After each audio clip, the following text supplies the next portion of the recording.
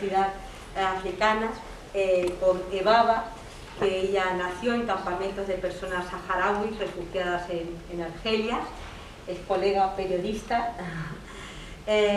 y vocal de Reporteros Sin Fronteras en España. Actualmente es freelance, colabora con varios medios, entre ellos el blog del país, que es El Planeta Futuro, y ha hecho trabajos para también Radio Televisión Española, Radio Nacional de España y en Radio Prisa Internacional.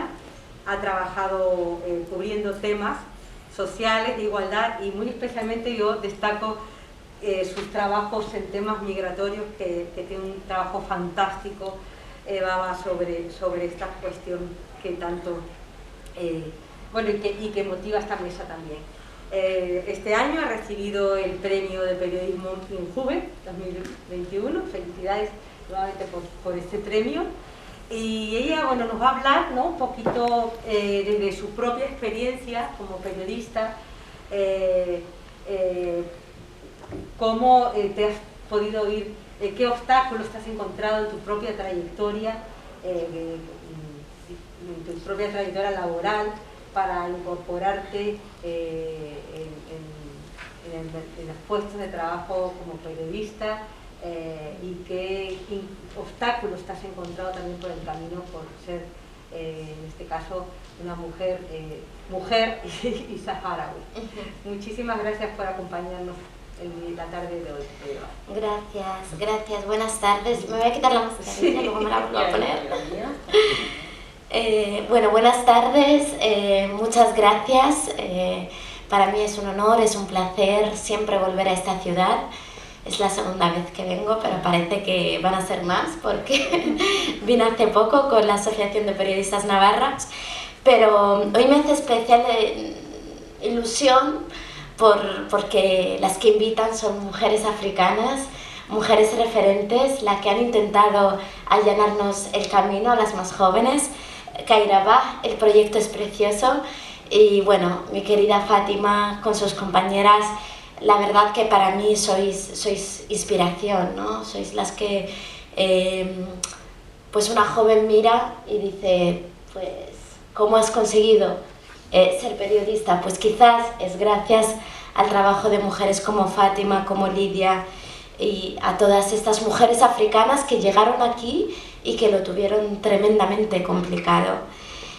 Bueno, yo la verdad que es complicado para una periodista hablar de sí, ¿no? Pero sí que creo, y me llama mucho la atención en los últimos tiempos, cuando he hecho algunos trabajos que han destacado, que sí que te vuelves una excepción, y asimilarlo también es difícil, porque tú dices, ¿pero por qué? Porque yo soy el bicho raro de esta profesión. Pues porque España es un país diverso, yo suelo decir que es un país acomplejado de su diversidad, y esto desgraciadamente se refleja en sus medios de comunicación.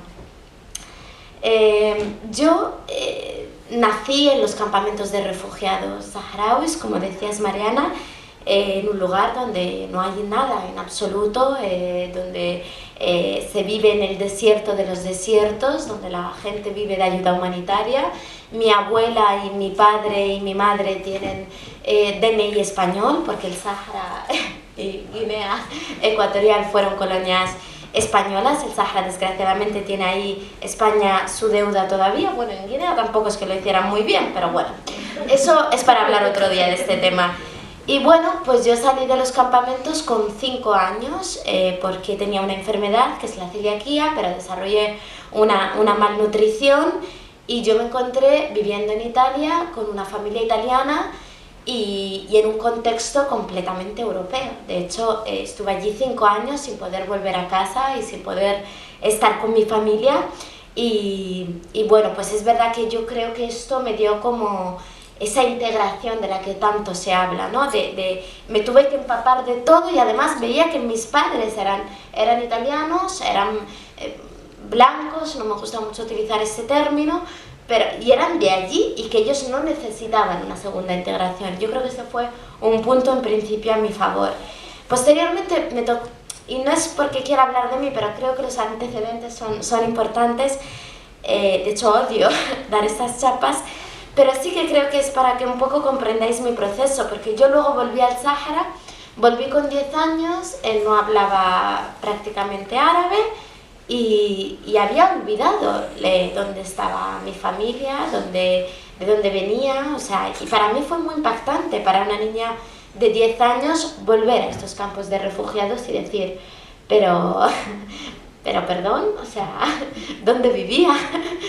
Pues, y me impactó mucho, me quedé allí 3 años, luego otra vez volví a Italia, fue completamente imposible mantener una vida de equilibrios allí para un adolescente, pues obviamente era como yo ni me sentía italiana, ni era saharaui, ni tampoco... Y entonces allí me empezaron como a surgir todas las preguntas que además... bueno, en Italia hubo muchísimos problemas de papeles, como decía bien Lidia, la situación administrativa nos marca por completo, y luego, claro, yo vivía constantemente con un contraste entre de dónde era mi familia y dónde estaba yo. O sea, yo vivía en el primer mundo con una familia súper acomodada, pero tenía mi familia en el desierto viviendo en unas condiciones infrahumanas. Entonces no encontré equilibrio, y no encontré equilibrio yo creo porque nadie me supo tampoco explicar de dónde venía. Posteriormente me tocó volver a España porque mi situación de salud me impedía quedarme en los campamentos, y yo llegué a España y vi que la historia se repetía. Lo único que en España me ayudaba un poco más el ser lo del Sáhara, ¿no? Que es como la gente tiene más conciencia y lo tiene como más presente. Ah, vale, saharaui, vacaciones en paz, niños en verano, vale, ya te ubicamos. Pero igualmente era complicado, y yo en el fondo mis 5 años seguidos en Italia me permitieron soñar como una niña cualquiera. Yo no era capaz de ver barreras y yo no era capaz de no imaginarme haciendo lo que quería hacer. Mi abuelo, cuando volví al Sáhara, me quedaba grabada, ¿no?, esa imagen suya escuchando la radio, y yo creía que el periodismo podía conectarme con ellos, que yo podía traerles a ellos sus historias, porque además vivimos impregnadas de esta eterna nostalgia que jamás se cura, que jamás se alivia. O sea, yo siempre digo que lo que no voy a perdonarle al mundo es separarme de mi madre, y es algo que se pierde emigrando y que se pierde marchándote de casa. Y así con todo. Entonces yo creía que el periodismo podría servir, pero luego fui avanzando y fui creciendo, y para mí era muy claro, o sea, yo nunca me sentí distinta. Yo creo que eso es muy importante, porque una cosa es que nos hagan sentir diferentes, pero otra cosa es que nos sintamos diferentes. Yo siempre fui muy reacia a interiorizar ese racismo. Siempre no encontraba historias parecidas a la mía, y me empecé a reconciliar cuando empecé realmente a entender que había más personas como yo, que existían las Fátimas, que existían las Lidias, que existía la Aishetu, la Leila, que había muchísimas mujeres y niñas que, bueno, pues que pasaron por lo mismo que yo. Luego una crece, y proviniendo de un contexto conservador, musulmán también, quieras o no, eso también te marca como mujer. Hay una parte ahí de vas creciendo, tú te vas empoderando, vas consiguiendo tus sueños, pero luego tienes algo que te frena. Y entonces recuerdo que cuando por primera vez le dije a mi familia que iba a trabajar, que iba a hacer una historia para Televisión Española, porque he estado trabajando en Radio Televisión Española, pues que a mi hermano le preocupaba mucho que yo saliese sin velo, y era como... ¿Perdona? O sea, ¿de verdad ese ahora tiene que ser mi problema? Pues sí, porque también nos enfrentamos a esa otra discriminación que bien ha explicado Lidia antes, que sufrimos dentro. Entonces, realmente yo creo que, y ya para centrarme brevemente en el tema de los medios de comunicación, dime cuando se termina mi tiempo, creo que creo que falta esa diversidad y creo que no se refleja esa diversidad. Esa diversidad no se refleja porque no se acepta, y esa diversidad no se acepta porque no nos dicen que nos tenemos que integrar, pero realmente no hay mecanismos de integración real. ¿Qué es la integración? ¿Quién no sueña con trabajar donde quiera? ¿Qué niño negro o negra no sueña con poder estudiar la carrera de sus sueños? ¿Qué sociedad de acogida? Y mira que la española no es la peor sociedad de acogida, las hay peores, por lo que tengo contrastado cubriendo migraciones. ¿Qué sociedad de acogida no se puede beneficiar de todo lo que aporta la inmigración?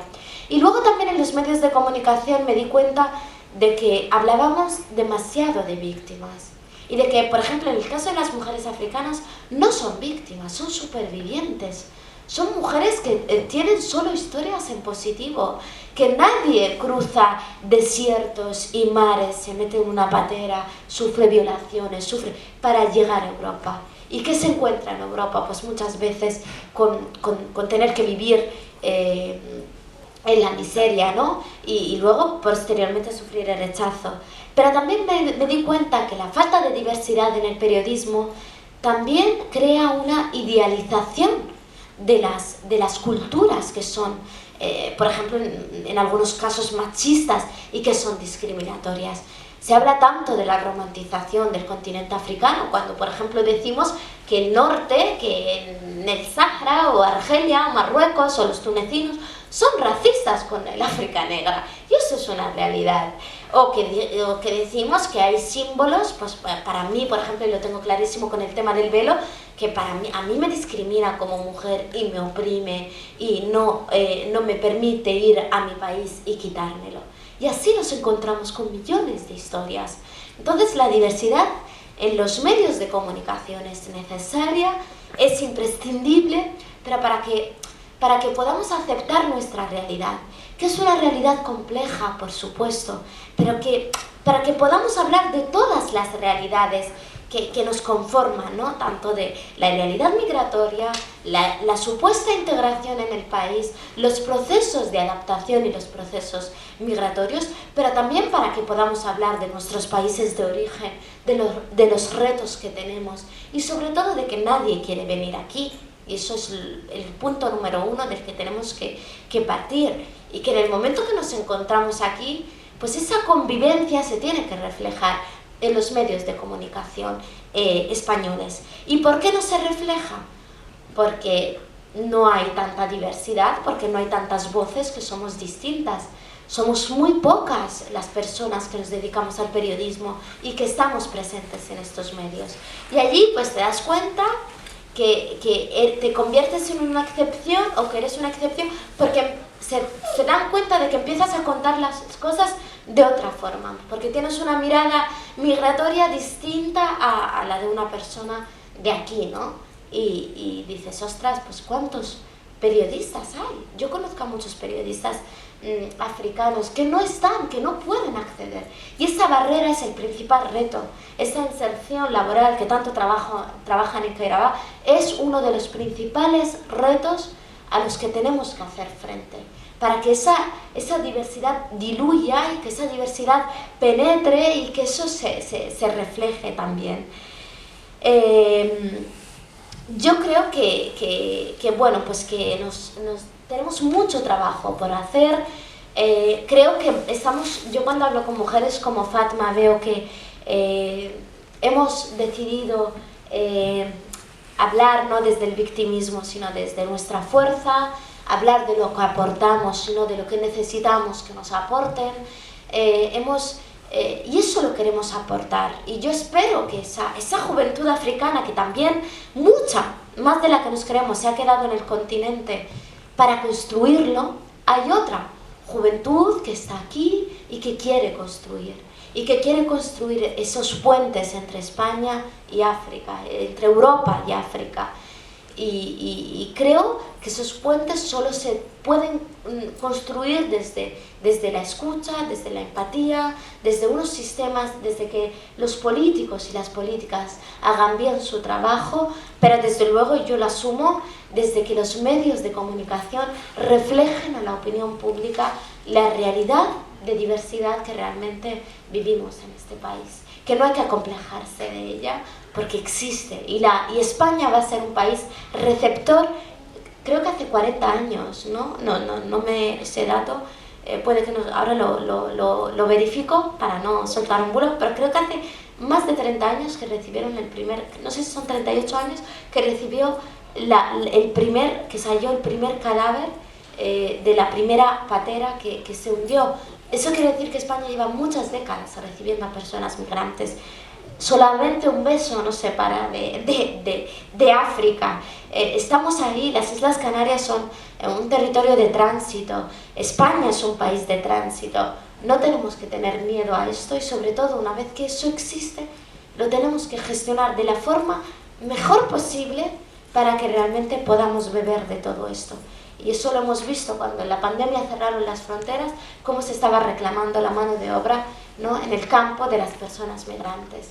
Y eso pasa siempre, pero creo que no se habla de ello, y de lo que no se habla no existe. Entonces, bueno, para no adentrarme, y luego si queréis pues podemos comentar más a través de las preguntas, que nosotras existimos, que nosotras estamos, y que creo que nosotras somos ese motor del cambio. Por eso a mí me anima mucho, y estoy muy contenta de estar aquí con compañeras que conforman Kairaba, con Karima, con Lidia, con Rita, y creo que solo poco a poco, y dándoles esa visibilidad a nosotras, pues podemos intentar demostrar, ¿no?, quiénes somos, porque existimos, y aunque no se hable, ¿no?, mucho aunque no estamos presentes en muchas esferas.